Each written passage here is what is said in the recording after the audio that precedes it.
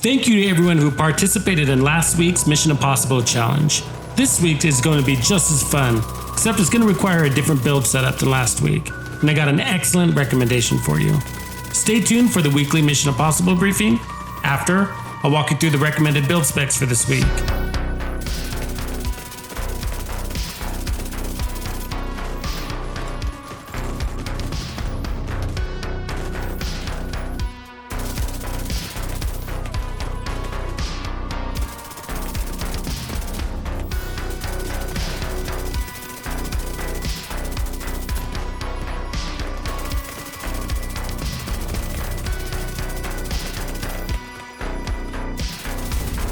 Warning agent, your mission this week, should you choose to accept it, involves crossing multiple enemy territories, going from point A to point B without fast traveling. You must capture at least 5 control points along the way. Agent, remember, not just any build will work, it's imperative you choose your build wisely. To complete this mission, you must have 2 global directives activated. Use only your SMG without offensive weapon talents. Not use skills for damage, and no shields or revive hives. Complete the mission in a single session. As always, if you or any member of your force be caught or killed, the division will disavow all knowledge of your actions. And agent, if this happens, you must reset your control points and start over. You may select any 3 team members, but it is essential that you recruit at least 1 agent to complete this mission with you.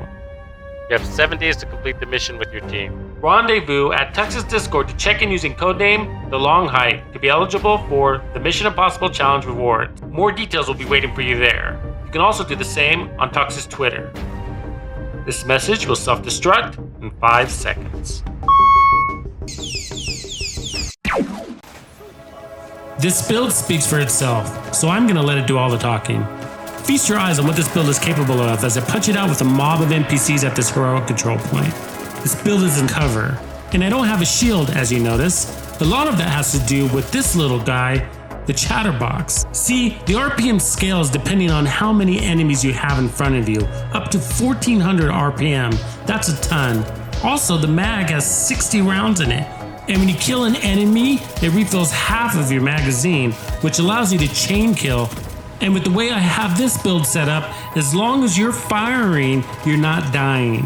Sort of like the old clutch setups from back in the day, around TU4 or somewhere around there. Now this isn't using clutch, but it regenerates in the same manner. As long as you're shooting, you're regenerating your armor. So the second most important thing that makes this build stand out is this chest piece. Ridge Race Pride is an exotic chest piece that you can get by completing the quest at the summit. Now it comes with Bleeding Edge, which basically gives you armor regeneration as high as 48% depending on how many enemies you have bleeding standing in front of you. So the reason why this chest piece and the chatterbox synergize so well is because they both scale to the level of threat that's in front of you within 15 meters, as a matter of fact.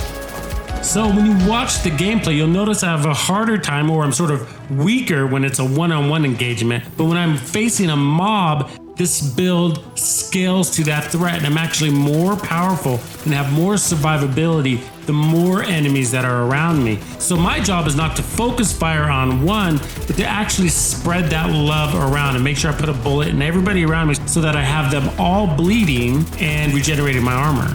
Now, while that's happening, the chatterbox is ramping itself up to 1400 RPM because I'm surrounded by enemies, at least 5 of them, right? So with this kind of speed, I can actually strafe the enemies and make sure I get them all bleeding.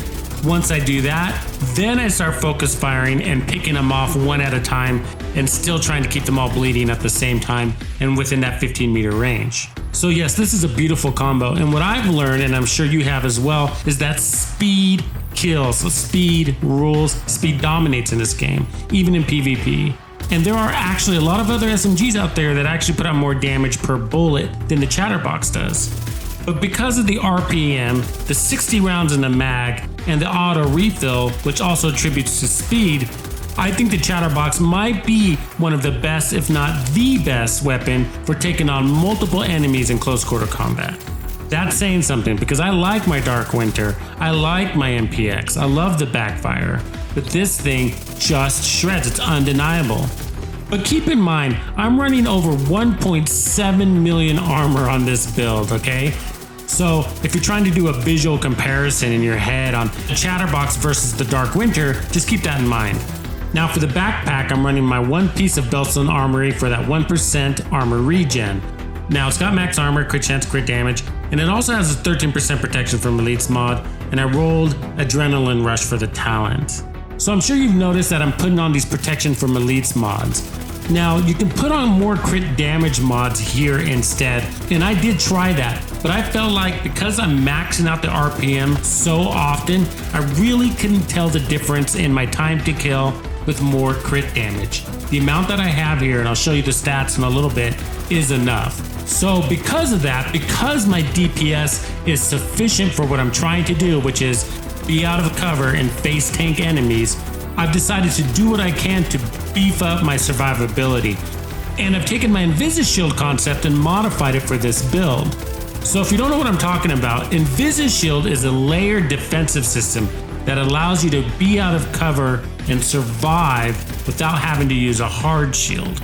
The trick to it is the proportions. You need to know what to use, where, and how much. I go more in depth on this concept in my Invisishield build video, as well as the video called "You're Wearing Too Much Armor, Do This Instead." I definitely recommend you watch both those videos if you're interested in playing out of cover more. So my knee pads are Sokolov Concern for 10% SMG damage. I rolled armor on there, it's got crit damage and Hasbro. Now I'd rather not have that hazard protection, I'd rather have something like headshot damage there, or maybe even Armor Regen, but it is what it is. Now for my mask, I'm running Walker and Harris for 5% weapon damage. I rolled armor on there. It's got headshot damage, crit damage, and another 13% protection from Elites mod there.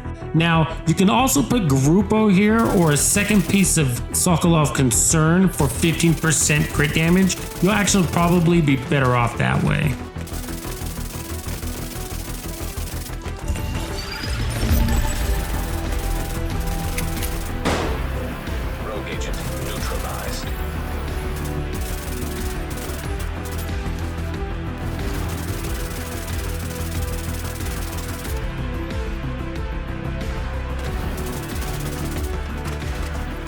My holster is improvised because I want that extra mod slot so I can put that protection from Elites there. Now this one has repair skills on it. You can also put Armor Regen there or headshot damage if you like. My gloves are improvised also for the same reason. I have that 12% protection from Elites mod there, crit damage and Armor Regen. Now you need to run the Survivalist specialization. This is part of what allows you to be out without a shield. 1, you get 10% protection from Elites for having it. 2, you're able to use the Mender Seeker skill, which is part of the Invisishield system.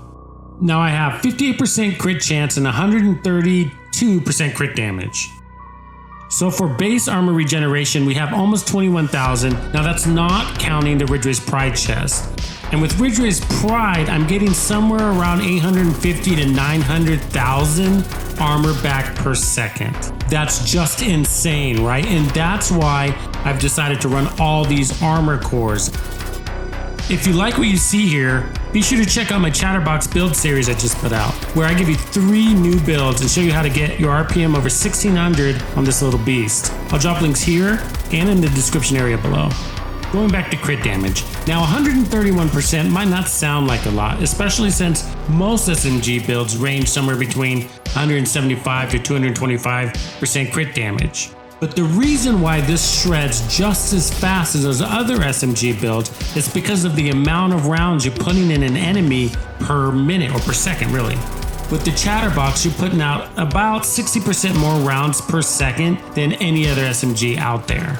Now, if it's just a one-on-one battle, those other SMGs will probably outperform the Chatterbox, for sure. But in group combat scenarios, which we're constantly in, of course, this gun outperforms those. And the other reason, which is a little hard to factor when it comes to mathematics, but is the fact that you don't have to reload the weapon. That time, that 1.5 to 2 seconds that you're saving from not having to reload is getting you that kill. You could also look at it as like an extended mag situation. So if you're getting half your clip back on average, let's say, and you got a 60 round magazine, then you're getting 90 bullets per mag as long as you're getting a kill. Does that make sense? So for skills, I'm running the Fixer drone. Now that's giving us about 29,000 heals per second. Now you can also run the Defender drone. That's also a good option for this build. And for my second skill, I'm using the Mender, which is giving us 31,000 plus heals per second. And this only comes with the Survivalist specialization. And I like it a lot better than the Chems, as well as the Hive. That's because it's hands off. Plus the Chems don't do as good of a job healing yourself as it does on healing an ally. And we're going way too fast to have to drop a Hive and pick it up all the time. And these two skills are part of that Invisishield system. You gotta remember that. And if you need to, pop and cover. There's plenty of it around, trust me. But what you don't need is a shield. And the reason why is because speed is your ally. Speed is what's gonna keep you alive. But one thing where a shield does help is when you have a lot of distance between you and your mark and you need to close that gap. And they're sitting there pegging you with their assault rifle every step of the way. The downside about the shield in that scenario is that it actually slows your cadence down, right? Without the shield, you can actually close in on that gap faster and duck, dive, and tuck and roll or whatever you need to do. Hey, if you're looking for new ways to experience Division 2 content, contribute to the Division 2 Netflix-style miniseries, or if you'd like to team up with other cool agents, then head over to my Discord and jump in the conversation. And subscribe to my channel if you haven't. So let me give you a couple of tips when you're taking on control points using this build or a build similar to it. When you're kicking things off, don't shoot your flare until you're right upon the enemy. That way you don't have that gap and have to cross the terrain while the whole enemy platoon is shooting at you.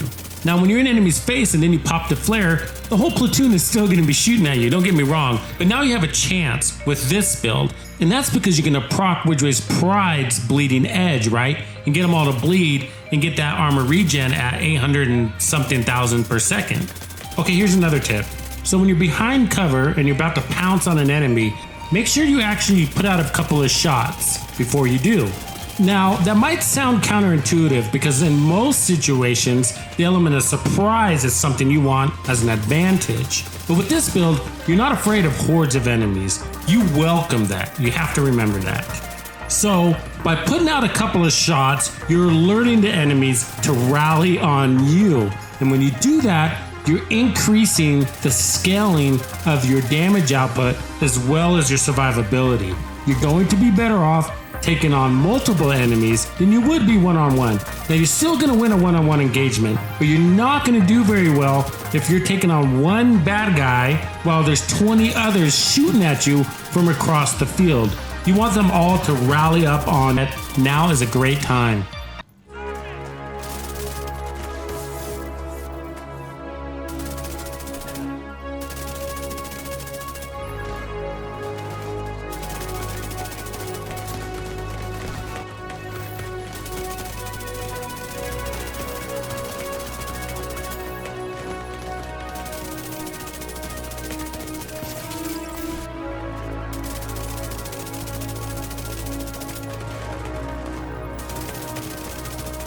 Believe it or not, here are 2 more and possibly fun builds you need to see. Tuxedo out.